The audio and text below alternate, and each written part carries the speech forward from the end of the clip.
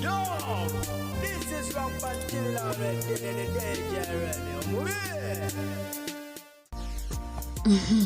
Ku Phiphie gye kwoli ate nga ngamba nti okola kyamaanyi nnyo nnyini ddala omulungi ampuliriza mbanirizaako mu ddakiika eno yennyini naye nga amawulire gannaku. Omukyala abadde amanyiddwa nga Maama Uganda era ng'ono azze akolako ku TV ez'enjawulo wabula nga wenjogerera essaawa eno abadde akola ku Baba TV puroguramu emanyiddwa nga Tuula Nkulojjere ebadde ebeerayo buli lwa Sande ku ssaawa 7 ez'omutuntu. Affude obulwadde bwa COVID-19 kitalo nnyo kitalo ddala gwatamutegeera kamukuweeko katono nnyo omujjukire. Kama mukola kyamaanyi nnyo kati ng'oli mu TV osaawa zino zennyini tugenda okutandika amanya Maama Uganda nannyini kunyiriza sikini z'abakyala yenze ali ku puroguramu yaffe eno Tuula Nkulojjere. Olwaleero tubaleetedde omukyala naye ayina nkulojjere we tugenda kuba tumuwuliriza tulaba kyagamba. Omulabe waffe omulungi tokyusa TV yo tokyusa channel yo beera wamu nange. Oli otya maama? Owummule mirembe n'omwoyo gw'Omungu agulamuza ekisa. Okuddako sayidi eno abantu abawera ddala 10 be bagambibwa okuba nti bakwatiddwa nga bano balina amalwaliro ag'obwannannyini gayite private hospitals wamu ne clinics era nga bano bakwatiddwa n'eddagala erigema akawuka ka COVID-19 giyite vaccine naye ng'ate ekyennaku ebifo ebituufu eddagala lino mwe lirina okuba nga libeera balaajana nti eddagala lyakola ki lyaggwaawo. Bano bagombeddwamu obwala era ne babeera nga batwalibwa gye balina okuba nga batwalibwa. Naye njukira nti omulundi guno si gwe gusookedde ddala oba enkola eno si yeesookedde ddala okubaawo mu Uganda. Bulijjo eddagala libbibwayo mu malwaliro aga gavumenti ate ng'era abalijjayo be basawo abakola mu malwaliro gano bennyini ne babeera nga bakola obulwaliro eyo ku mabbali era bw'ogendayo bakukebera ne bakulaba ekikuluma naye tebakuwa ddagala. Instead they recommend you babeera bakulagirira ogende ku pharmacy efaanana bweti ne bweti obeere nga ogula eddagala lino naye nga pharmacies ezo zibeera zaabwe okitegeera ndowooza ontegeerera ddala bulungi. Okuddako mu ggwanga erya Tanzania bo bagenze maaso okubanga ate beeyiyiriza ku ngeri gye bayinza okuba nga balwanyisaamu obulwadde buno obwa COVID-19. Jjukira nti ekintu kino ekifaanako bwe kiti kyakolebwa omukulu nga tannafa eyali pulezidenti w'eggwanga lino amanyiddwa nga John Pombe Magufuli ekyokuba nga bateekawo steaming. Kakati nno bano bagenze maaso okubanga ate bakijanjawaza ng'omuntu ogenda ne bakusteaminga okumala eddakiika 12 era nga ekigendererwa kyakuba nga balwanyisa bulwadde buno. Sooka obeerabireko tweyongere mu maaso. Are you asking for me? Yeah. I was here going live. 10 minutes are done. So can I close? Yes. Let me close the first like this. It's okay? I'll close this. Yeah, it's okay. So, ready to come out? Yeah, ready to come out. Oh my God. My God, my Mr. God. Humphrey is out. After having the sauna steam therapy. This is very, very effective. Yeah. Very, very effective. Right. Brains behind this. Yes. I'm telling you. Grace of God. Because I feel lighter. Yes. I feel rejuvenated. Yes. And this is very, very ideal actually also for my country. So do you promise to take it to Uganda Absolutely. to help your citizens back at home? Absolutely. You know, we have been under law. Yeah. People are not accessing these services. This is our modern sauna which has eradicated corona. Oh, yeah. It has helped us Tanzania. We have never been on for lockdown. But you know, when I came here, I was totally surprised because you are using absolutely Yes. natural remedy. Yes. This is very good. And the plants still there. And the concept is very cheap to understand it. Every family should have this, at least in every house. Absolutely. Talk to Ugandans and we are going to supply it for Oh, you. that would be very good of you. Yeah. We need this. Okay, fine. Yeah. Thank you, Mr. Humphrey. Tanzania, thank you so much. All right. Doctor, thank you so much. All right. I do appreciate. Okay. God bless you. Amen. Kansuubire nti ofunyewo ekyokuyiga mu bufunze steaming eyambako okubanga erwanyisa obulwadde buno bwa COVID-19. Jjukira nti eddagala ettuufu terinnazuulwa era teririiyo wabula bantu kweyiyaana kwetetenkanya okusobola okulaba nga babeezaawo obulamu. Okuddako eruuyi eno ejje erigambibwa okuba nti lyayimbuddwa omukulu Yoweri Kaguta Museveni okuva mu nkambi ey'e Kabamba bwe lityo okwolekera mu disitulikiti ey'e Sembabule okusobola okunyweza amateeka ag'okulwanyisa obulwadde bwa COVID-19. Kansuubire nti mulimu kwebereramu bannayuganda embeera yo bwetyo bwefaanana batuse kuyungula majje kujja kubanga ate ganyweza amateeka singa muba muganya okukola ki okugagoberera. Okuddako mu ggwanga erya Kenya, yes, kigambibwa nti gavumenti ya America yagenze maaso okubanga ate eyungula abawanvu n'abampi ngamba abamajje bwe batyo okubanga beegatta kujje erya Kenya era nga bano bakikoze oluvannyuma lw'okukkaanya n'okukkiriziganya nga bano bayambako okugenda maaso okubanga ate balwanyisa omutujju amanyiddwa nga Al-Shabaab. Ebyo nabyo biri side eyo ku muliraano gw'eggwanga erya Kenya. Ate ye mwana mulenzi amanyiddwa nga Yisma wa Bobby era ngono abadde muyizi ku University emu yagambibwa okuba nti yakwatiddwa olunaku olw'eggulo abasajja ababadde n'emmundu era ngono yabadde akyakubibwa bazira kisawe batyo ate we batuukidde abasajja abo ne babeera nga badduka. Kigambibwa nti ono baamugyewo ne babeera nga bamutwala mu ddwaliro wabula nga ate tekyakomya abo poliisi yagenze maaso okubanga erondoola eddwaliro mwana mulenzi ono gye yabadde ajjanjabibwa mbwera yalumbiddwayo era nga poliisi yalabiddwa nga ekubawo ne kutiya gas okusobola okujjawo abantu abaliwo bwetyo negenda maaso okubanga ate emubbawo era nga wenjogera kigambibwa mbu ali mu komera ery'ekitovu wali erwengo n'ebiwundu bye apooca nabyo. Poliisi egamba nti ono y'omu ku abo abagenda maaso okubanga baduumira okwekalakasa mu ggwanga lyattu Uganda. Embera bwetyo bweyimiridde tulwanirira balala kuteebwa ate abalala bakola ki bagenda maaso n'okubanga bakwatibwa batwalibwa.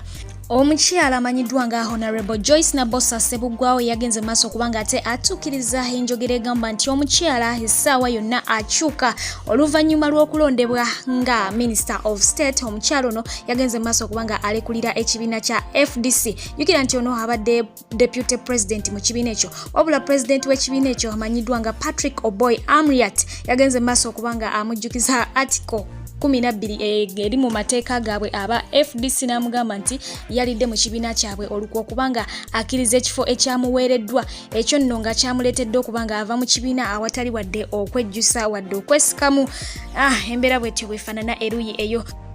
Yo mukulu amanyiddwa nga General Andrew Guti ono naye yazzeemu okubanga ate alondebwa as chairman of General Court Martial. Yes, era nga yamulonze si mulala ye mukulu amanyiddwa nga Commander in Chief of UPDF nga ye General Museveni.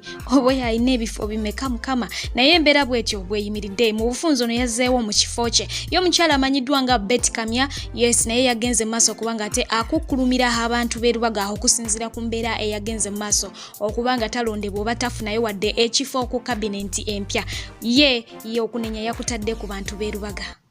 Abantu badde nabo bine mu bulungi naye ne bansuula kati president ayagala akoleki. President si yasuula wa minisita wabula baali bagamba nti ne mu parliament ayagalayo obululu kakati ngendeyo nga sina kalulu ngate wali obulasobola okubeera minisita ate ng'alina n'akalulu lwaki ng'akola ki alina naye ebifo biririmidde senga baali bagabankipi nga ndi minisita nga ndi MP senga bampa akalulu ab'erubaga nandibadde minisita kubanga abantu bonna mu pulezidenti beyasudde nga basinga nga tebalina kalulu. Abasuubuzi kambanjuliredi atika owa atika unisex trends anti ona kutusaka emigugu gyo okuva mu ggwanga erya Take okutuuka mu ggwanga erya Uganda oli musuubuzi wa ngoye z'abaana z'abakyala z'abaami omuli empale engatto enkofiira amasuuti ebiteteeyi ensawo saati ne t-shirts wamu ne sharia abikutusako ku bbeeyi ensamusamu ate mu bwangu ddala muweereze ka message ku WhatsApp oba mukubire ku nnamba ye y'essimo +90 537 yeledi atika owa atika unisex trends okukwanguyiza ku nsonga zo.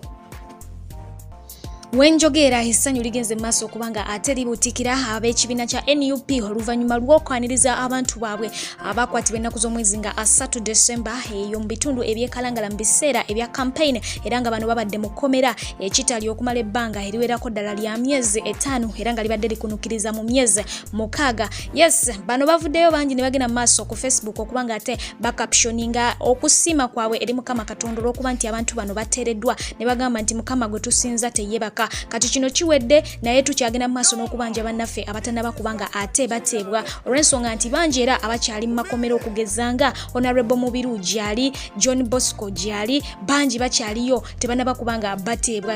Weewaawo tugende mu maaso n'okubanga tubasabira bateebwe era nga abalala bagenze mu maaso okubanga bongerako nga Oweekitiibwa Honorable Zaake ne bategeeza nti kino kyo kiwedde naye tukyayagala n'obuwanguzi bwaffe nabwo tubwetaaga. So nno embeera bwetyo bwefaanana eruyi eyo ngenda kubanga ate mbakulekerako weewulireko ku Nubian ng'ayogera oluvannyuma lw'okuva mu Mukomera n'abalala naye ng'ate munange tebannaba kubanga ate bazikiza balaga nti bakyali ku mulamwa.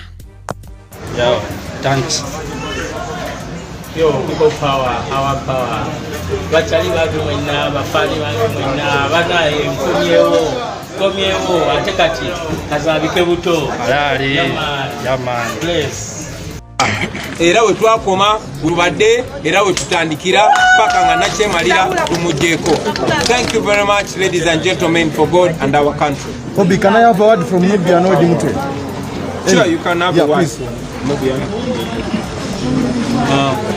Well, I just want to appreciate the people who put up the pressure to see that we are released. So many of our brothers and sisters are still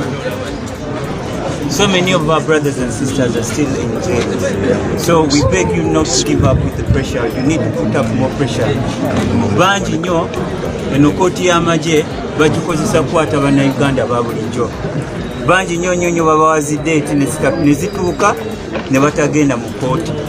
So tulinayo era abasibe abalala abasukka mu 10 Baseru Nkuuma ng'ate baabalonda bakansala Bankulunziza Fred bangi nnyo abaana ba Migadde Kasimu n'abalala bangi nnyo bali eyo Ekitalya mu mbeera embi ennyo.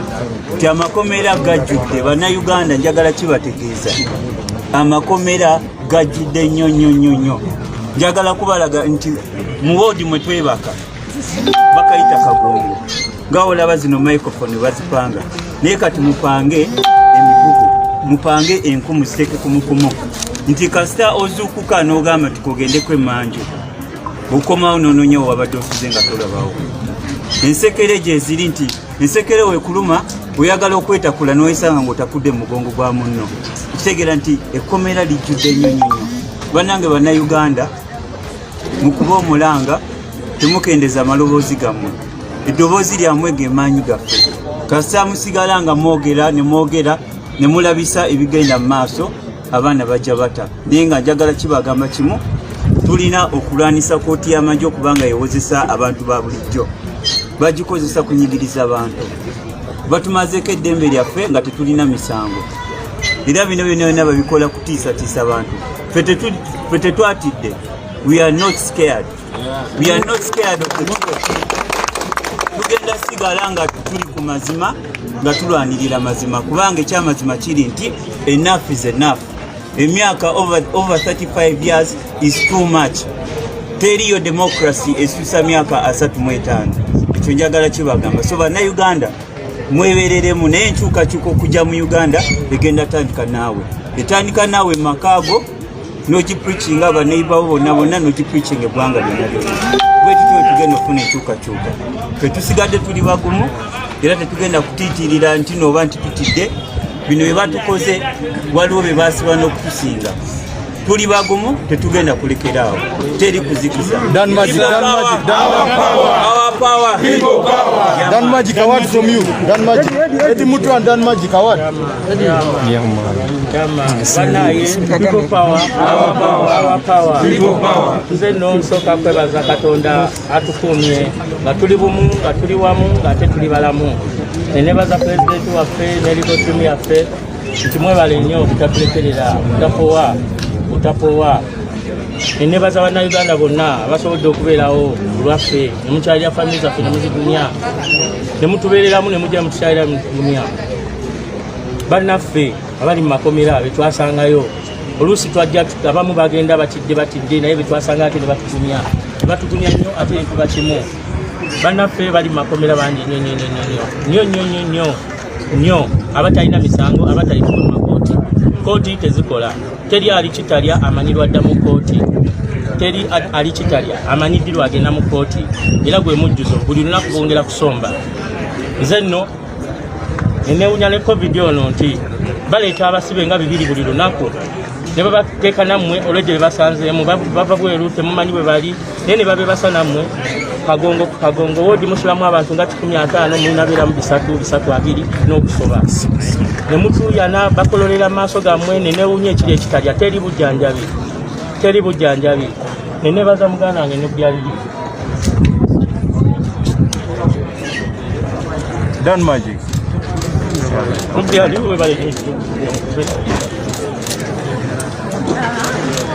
baganda bange mwenna mwebale kuguma abasibe bannaffe mwenna mwebale kuguma bannange mwebale kuguma ne mutapowa tetugenda kupowa bino tebitutiisa nze nno n'okunta sikirabye nga kunyamba abadde alina okunta siina kye nakola siina musango tulina kye twakola balina bakuvunaana naye tebalina byakuvunaana ne baba baagala okutereka bakwasa kooti maacho olina amasasi 4 nogavuza nali ngenda gakanyuga bukanyuzi tebiriyo tebalina kye batuvunaana people power our power yaman Done magic. Bannange Dan Magic ababuzeeko tugenda kufuna wakadde baganda baffe bamaze okukakkana bogereko ne bannamawulire naye Dan Magic ababuzeeko tubadde nabo. People power. Our power. People power. I don't have much to say, but I want to take this opportunity and thank whosoever struggled so hard to make sure that we are out of jail. I have only one word I'm going to tell you. The time has reached in Uganda that being jailed is no longer a disgrace to the society, but rather a national badge of honor. Abakyala n'abaami kambanjulire Sheikh Musa Sinani omulombi w'eddwa ng'onaavumula n'okutangira endwadde ez'enjawulo omuli amajinni ebisiraane bakuba onoonya mulimu mukyala oba mwami weetaaga mukisa olina olutwe n'ebirala bingi nnyo gwamwetaaze musange wankulu ku kisaawe oba mukubire ku nnamba y'essimu 0752 95 4317 oba omuweereze ka meseji ku WhatsApp 0782 79 49 22 ye Sheikh Musa Sinani tosubwa yangu wawonyezebwe.